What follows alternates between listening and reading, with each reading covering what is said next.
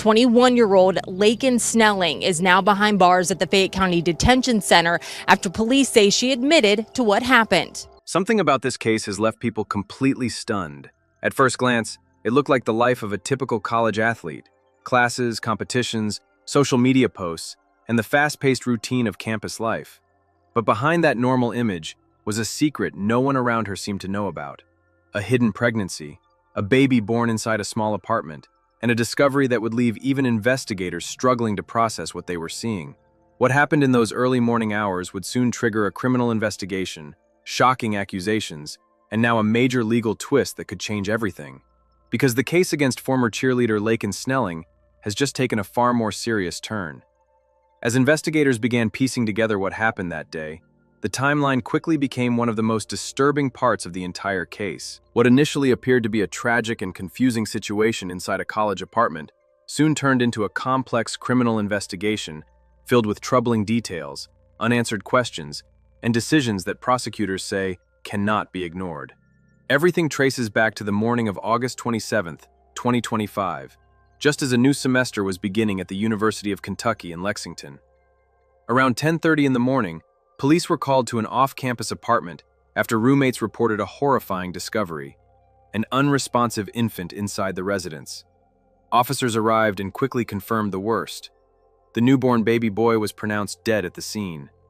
The apartment belonged to several college roommates, including Laken Snelling, a student who, until that moment, appeared to be living the life of a normal college athlete. She wasn't just another student on campus. Snelling had been part of the University of Kentucky's stunt cheerleading team, a highly competitive program within the SEC that requires serious athletic ability, precision, and strength. This wasn't the kind of cheerleading most people picture on the sidelines of football games. Stunt teams perform dangerous acrobatic routines, lifts, and high-risk aerial maneuvers. Athletes who compete in this program are often among the most disciplined and physically trained students on campus, which makes what investigators later discovered even more shocking. According to court documents, law enforcement believes the baby involved in this case was born full term. That detail immediately raised one of the first major questions in the investigation. How did someone competing in a physically demanding sport appear to hide an entire pregnancy from the people around her?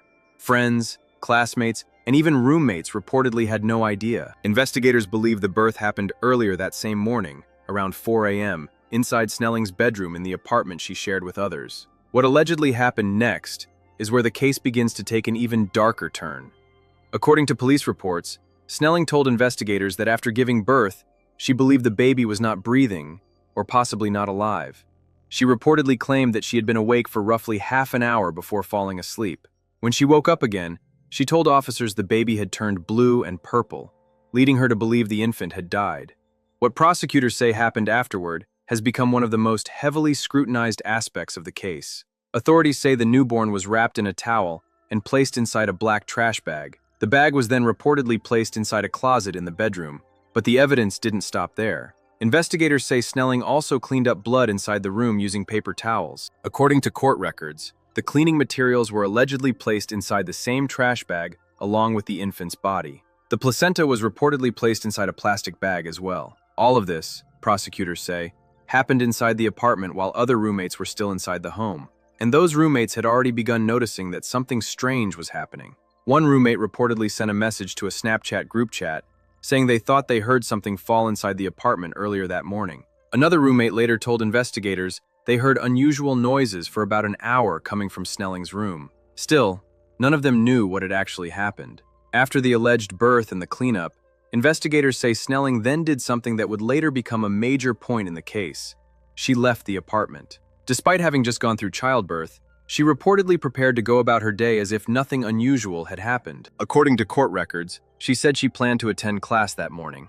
But instead of going to class, investigators say she sat in her car for a while. During that time, records show she ordered McDonald's using the mobile app. Meanwhile, back at the apartment, her roommates were becoming increasingly concerned. Something didn't seem right. Eventually, they decided to enter Snelling's room. What they reportedly discovered immediately triggered panic. Inside the room, they allegedly found blood-soaked towels and a plastic bag containing signs of childbirth. And inside the closet, according to police, they found the newborn baby wrapped inside a towel. That's when they called 911. By the time emergency responders arrived, the baby had already died. But one of the most critical pieces of evidence in the investigation would come later, during the autopsy. According to reports cited in court documents, the medical examiner determined the baby had been born alive. The cause of death was listed as asphyxia by undetermined means. That finding dramatically changed how investigators looked at the case. Because if the child had been born alive, prosecutors would now have to determine whether the death resulted from a tragic accident or something criminal. And the statements Snelling allegedly gave investigators soon became central to that question.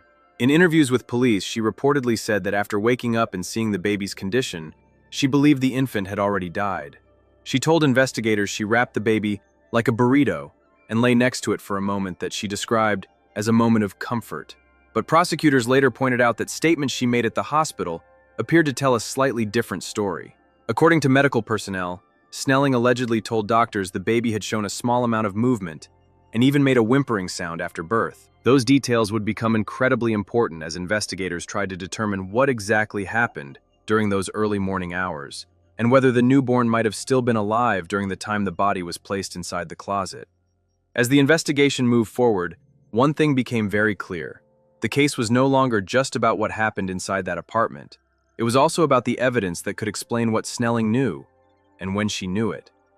One area investigators began focusing on was her digital activity. According to police requests for search warrants, authorities believe Snelling may have taken photos or videos during labor that were later deleted. Investigators argued that her social media accounts could contain important information related to the pregnancy, the birth, and the events surrounding the infant's death. That includes not only posts but also deleted messages, photos, and private communications that might show whether anyone else knew what was happening. Those records could become a crucial piece of evidence if the case ever goes to trial. At the same time, people who followed Snelling on social media noticed something else that many found unsettling. Up until this spring, she appeared to live a very typical college life online, posting photos, interacting with friends, and sharing moments from campus. One detail that later caught the attention of many people following the case came from Snelling's own social media activity. Before the allegations became public, she had shared a TikTok post that seemed completely ordinary at the time. In that post, she used a series of emojis to describe different aspects of her personality, interests, and future aspirations. But after the investigation began, one specific emoji stood out to viewers, a symbol of a mother holding a child, placed under a section labeled Goals. For many people who later learned about the accusations surrounding the newborn, that small detail created a strange and unsettling contrast. On one hand, the post suggested someone who imagined herself becoming a mother someday. On the other hand, investigators were now examining allegations involving the death of a newborn inside her own apartment. At the same time, authorities were also trying to answer another important question. Who was the father of the child? According to reports, one of Snelling's former boyfriends voluntarily provided DNA samples to investigators as part of the inquiry. Detectives also looked into a more recent relationship she was believed to have been in before the birth. However, officials have not publicly revealed whether those DNA tests have confirmed the father's identity or how that information might affect the case moving forward. Meanwhile, prosecutors were quietly building their case. Before the grand jury ever met, prosecutors reportedly issued a subpoena to the University of Kentucky Medical Center, requesting Snelling's medical records dating back nearly a year before the birth. Investigators were looking for any signs of medical visits, pregnancy-related treatment, or conversations with healthcare providers that might help establish whether the pregnancy had been completely hidden or documented somewhere. Then came a major turning point in the case. A grand jury reviewed the evidence and ultimately returned an indictment that dramatically raised the stakes.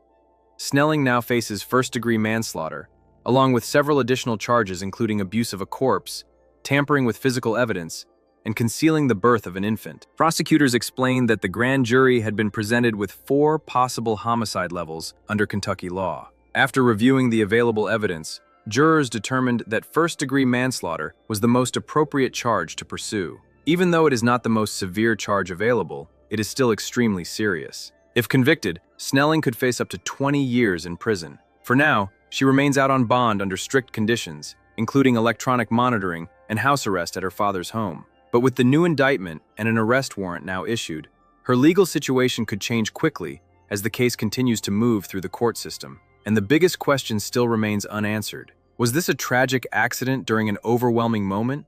Or did a series of choices turn a private crisis into a criminal act? That question may ultimately be decided in a courtroom. But what do you think after hearing the details of this case? Do you believe this was a panic-driven accident or something far more serious? Let me know your thoughts in the comments below. And if you want more deep dives into real cases like this, make sure you like the video, share it with someone who follows true crime, and subscribe to the channel so you don't miss the next story.